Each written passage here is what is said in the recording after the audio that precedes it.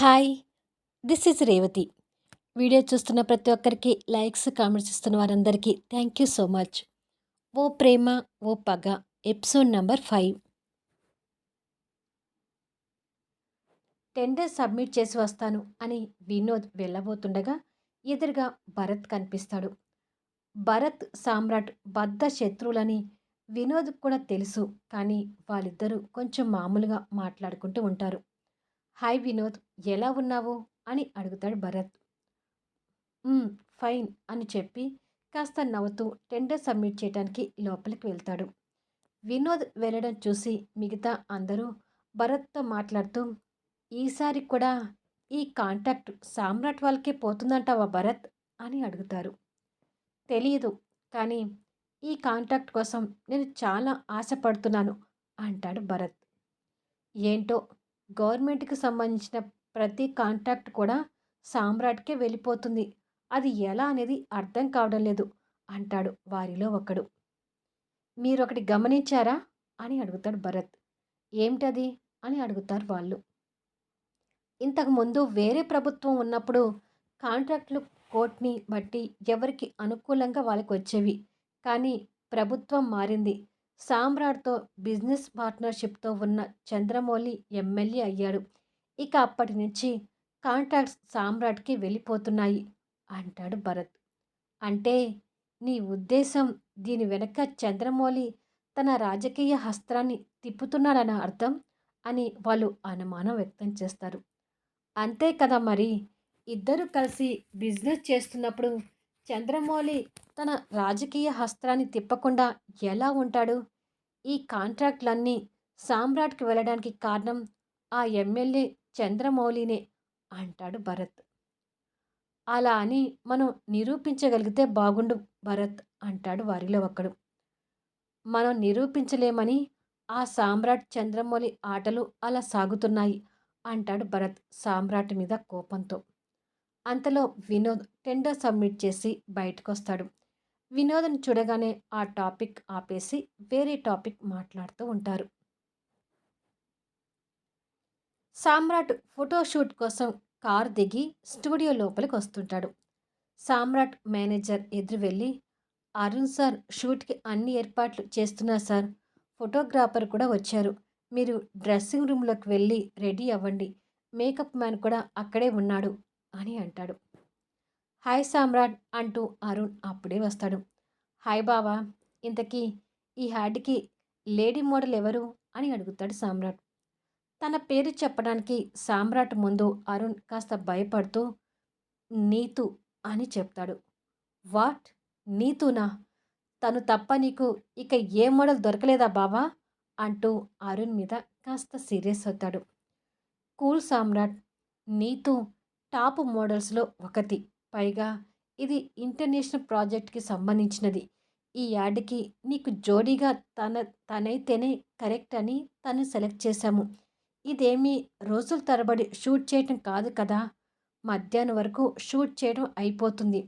ఈ కాసేపు కాస్త నీ కోపాన్ని పక్కకు పెట్టి ఓపికతో ఉండు" అంటాడు అరుణ్. "అది కాదు బావా" అని సామ్రాట్ అంటూ ఉండగానే నీతు కార్ వచ్చి ఆగుతుంది. "అదిగో మోడలొచ్చింది. కాసేపు ఏమీ మాట్లాడకు సామ్రాట్" అని చెప్తాడు. డ్రైవర్ కారు దిగి నీతు ఉన్న సైడ్ వచ్చి డోర్ తీయగానే నీతు మోకాల పైకి ఉన్న బికినీ ధరించి ట్రాన్స్పరెంట్ గాగుల్స్ కళ్ళకు జోడించి ఎయిర్‌ని రబ్ చేసుకుంటూ స్టైల్‌గా కారు దిగుతుంది. తనని చూడగానే సామ్రాట్ చీదరించుకున్నట్టుగా మొహం తిప్పుకుంటాడు. నీతు ఆ గాగుల్స్ తీసి సామ్రాట్ చూసి నవ్వుతూ "హాయ్ సామ్రాట్" అంటూ సామ్రాట్ దగ్గరికి వస్తుంది. "మేడం, ఎక్కువ టైం లేదు. డ్రెస్సింగ్ రూమ్‌లోకి వెళ్ళి తొందరగా రెడీ అవ్వండి" అంటాడు అరుణ్. "వెయిట్ అరుణ్ గారు. నేను ఈ కాంట్రాక్ట్ ఒప్పుకుంది సామ్రాట్ కోసం. కాసేపు సామ్రాట్‌తో మాట్లాడనివ్వండి. మీరు వెళ్ళండి" అంటుంది నీతు. అరుణ్ కాస్త భయపడుతూనే సామ్రాట్ వైపు చూసి అక్కడి నుంచి వెళ్ళిపోతాడు. మేనేజర్ కూడా అక్కడి నుంచి వెళ్ళిపోతాడు. సామ్రాట్ తన వైపు కోపంగా చూస్తూ, "నీతో మాట్లాడుతూ కూర్చుంటే నాకు కుదరదు. నువ్వు వెంటనే షూట్‌కి రెడీ అవుతాను అంటే ఈ అగ్రిమెంట్ కంటిన్యూ చేద్దాం. లేదంటే క్యాన్సిల్ చేసుకొని వెళ్ళిపో అంటాడు. అదేంటి సామ్రాట్ అలా అంటావు? నేను టాప్ మోడల్‌ని. మీరేమో ఇప్పుడే ఈ మోడలింగ్‌లో అడుగు వేస్తున్నారు. టాప్ మోడలైన నేను మీతో షూట్ ఒప్పుకున్నందుకు కాస్త కూడా నా మీద గుడ్ ఒపీనియన్ కలగడం లేదా? అని అడుగుతుంది. నువ్వు ఈ యాడ్ షూట్‌కి ఎందుకు ఒప్పుకున్నావో నాకు తెలుసు. అవసరమైతే నేను నా అంబిషన్ వదిలేసుకుంటాను కానీ, నా క్యారెక్టర్ మాత్రం దిగజార్చుకోను. నువ్వు నాకు ఎంత దూరంగా ఉంటే అంత మంచిది అని అంటాడు తన వైపు కోపంగా చూస్తూ. కనీసం వన్ నైట్ స్టాండ్‌కైనా ఒప్పుకో సామ్రాట్ అని అడుగుతుంది నీతు. మేనేజర్ అంటూ సామ్రాట్ గట్టిగా కేక వేస్తాడు. సార్ అంటూ మేనేజర్ అక్కడికొస్తాడు. షూట్ క్యాన్సిల్ చేసి వేరే మోడల్ చూడండి. లేదంటే ఈ కాంట్రాక్ట్ పూర్తిగా క్యాన్సిల్ చేయండి అంటాడు సామ్రాట్ ఎర్రగా మారిపోయిన మొహంతో. తొందరపడకు సామ్రాట్. ఇది ఇంటర్నేషనల్ కాంట్రాక్ట్ అని నీకు తెలుసు కదా అంటూ అరుణ్ వస్తాడు. తెలుసు కాబట్టి ఈవిడతో ఇంతసేపు మాట్లాడాను బావా అంటాడు. సామ్రాట్‌ని మరీ ఇబ్బంది పెట్టకూడదు. నిదానంగా సామ్రాట్‌ని దగ్గర చేసుకోవాలి అని నీతు నిర్ణయించుకొని 10 నిమిషాల్లో నేను షూట్‌కి రెడీ అయి వస్తాను అరుణ్ గారు అని చెప్పి నీతు డ్రెస్సింగ్ రూమ్‌లోకి వెళ్తుంది. ఈ ఒక్క యాడ్ చేయి సామ్రాట్. ఇంకెప్పుడు నీతితో అగ్రిమెంట్ చేయించుకోనులే అంటాడు అరుణ్. సామ్రాట్ ఇంకా అయిష్టంగా ఉండిపోతాడు. రేయ్ సామ్రాట్ ప్లీజ్ లోపలికి వెళ్ళు అంటూ అరుణ్ సామ్రాట్‌ని డ్రెస్సింగ్ రూమ్‌లోకి పంపించి, ఉఫ్! ఈ షూట్ అయిపోయేసరికి నా తల ప్రాణం తోకకొచ్చేలా ఉంది. ఎంతైనా మా వాడు ఏ అందగత్తెలకు లొంగడు. ఈజ్ వెరీ జెంటిల్‌మ్యాన్ అని బామర్దిని మెచ్చుకుంటాడు. అరుణ్ సామ్రాట్‌కి మేనత్త కొడుకవుతాడు. పైగా సామ్రాట్ అక్క శ్రావణికి భర్త. ఇద్దరు బావా-బామర్దులైనా వాళ్ళ మధ్య మంచి స్నేహం కూడా ఉంటుంది.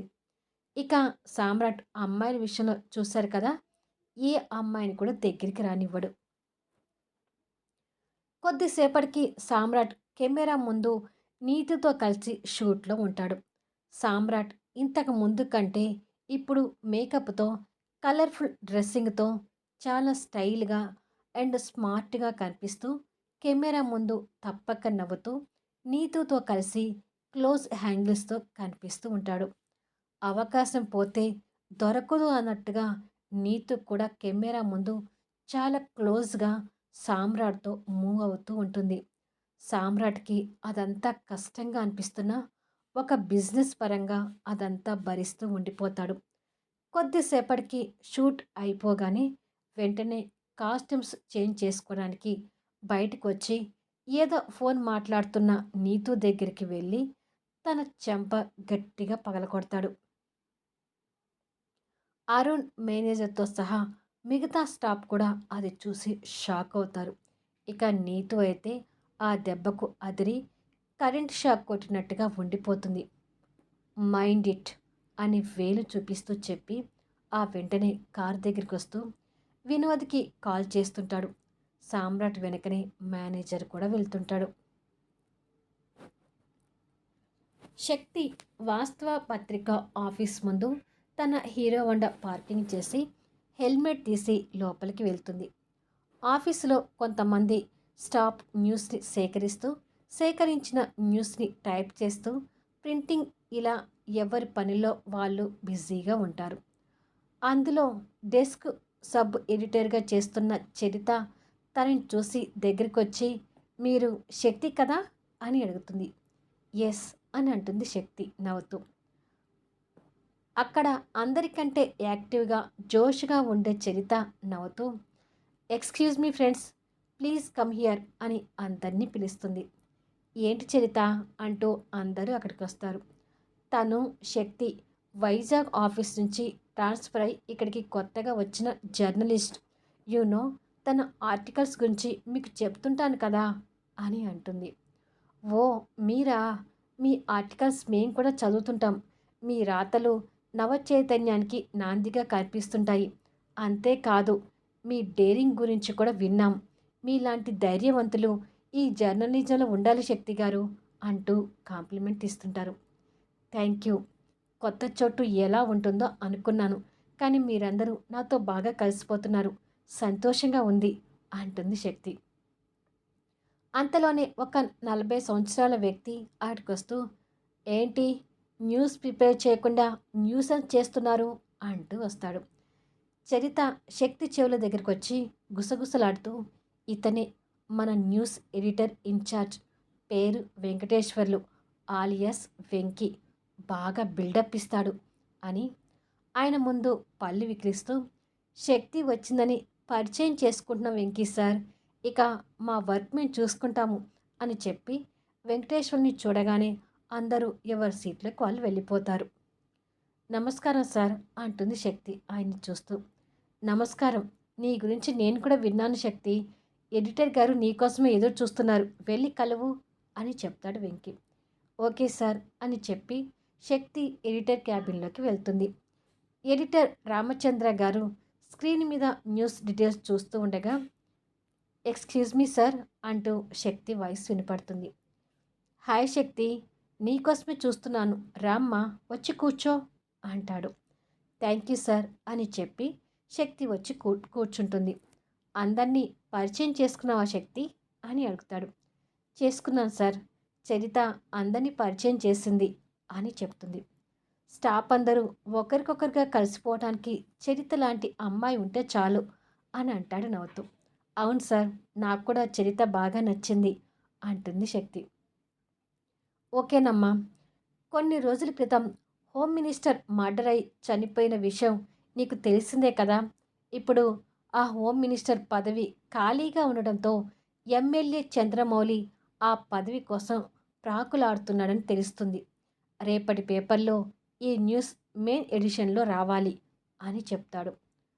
ఓహో, మా నాన్న హోమ్ మినిస్టర్ కావాలని చూస్తున్నాడా అని మనసులో అనుకుంటుంది. కొద్దిసేపు ఆ విషయం గురించి మాట్లాడి ఓకే సార్ అని చెప్పి బయటకొచ్చి పింకీకి కాల్ చేస్తుంటుంది. ఇక్కడ పింకీ సామ్రాట్ తిట్టడం తలుచుకుంటూ జ్వరంతో పడుకొని ఉండిపోయి ఆ ఫోన్ రింగ్ని వినిపించుకోనంతగా ఉండిపోతుంది. పింకీ లంచ్ చేసిందో లేదో, ఫోన్ కాల్ లిఫ్ట్ చేయట్లేదేంటి? పింకీ హాస్టల్లో ఉంటే నేను ఇంత టెన్షన్గా ఉండను. త్వరగా స్కూల్ ఓపెన్ అయితే బాగుండు అని అనుకుంటుంది. టెండర్ ఆఫీసులో సామ్రాట్కి భరత్కి గొడవ జరుగుతుంటుంది. అడ్డదారిలో వెళ్ళి కాంట్రాక్ట్ గెలుచుకోవడం వీరుడనిపించుకోవడం కాదు సామ్రాట్ అంటూ భరత్ ఆవేశంతో సామ్రాట్తో గొడవ పడుతుంటాడు. అడ్డదారిలో వెళ్ళి కాంట్రాక్ట్ గెలుచుకోవాల్సిన అవసరం నాకు లేదురా.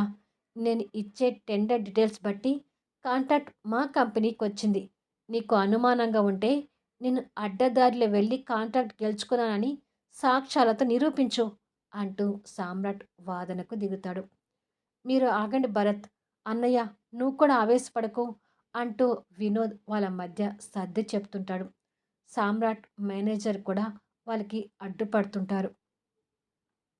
వినోద్ మేనేజర్తో పాటు అటో నలుగురు ఇటో నలుగురు వారిద్దరికి సర్ది చెప్పే ప్రయత్నం చేస్తుంటారు. సాక్ష్యాలు కూడా కనపడనీయకుండా చేసే తెలివితేటలు నీకున్నాయి కదా అంటూ భరత్ ఆవేశంగా సామ్రాట్ షర్ట్ కాలర్ పట్టుకుంటాడు. ఎంత ధైర్యం ఉంటే నో షర్ట్ కాలర్ పట్టుకుంటావు అంటూ సామ్రాట్ కూడా ఆవేశంగా భరత్ని కొట్టబోతుంటాడు. ఆగండి సామ్రాట్ గారు, అంత ఆవేశపడకండి. ఎందుకు మీరిద్దరు ఎప్పుడు ఎదురుపడినా ఇలాగే గొడవ పెట్టుకుంటారు అంటూ సామ్రాట్ని భరత్ని దూరం చేస్తారు. ఇక్కడ ఉంటే ఇలాగే వాదన అవుతుంది. మనం వెళ్దాం రా అన్నయ్య అని చెప్పి వినోద్ మేనేజర్ కలిసి సామ్రాట్ని బయటకు తీసుకెళ్తారు. అలా భరత్ని కూడా అక్కడి నుంచి తీసుకెళ్తారు. ఇద్దరి మధ్య పచ్చి గడ్డి వేస్తే బగ్గుమని పగ రగిలిపోతూ ఉంటుంది. కొద్దిసేపటికి భరత్ ఆఫీస్కొచ్చి సామ్రాట్ మీద రగిలిపోతూ అంతలోనే శక్తిని గుర్తు తెచ్చుకొని, నువ్వు ఎక్కడ ఉన్నావు శక్తి? ఇలాంటి టైంలో నువ్వు నాకు తోడుగా ఉంటే బాగుండనిపిస్తుంది శక్తి అంటూ శక్తితో తనకున్న అనుబంధాన్ని గుర్తు చేసుకుంటూ ఉంటాడు.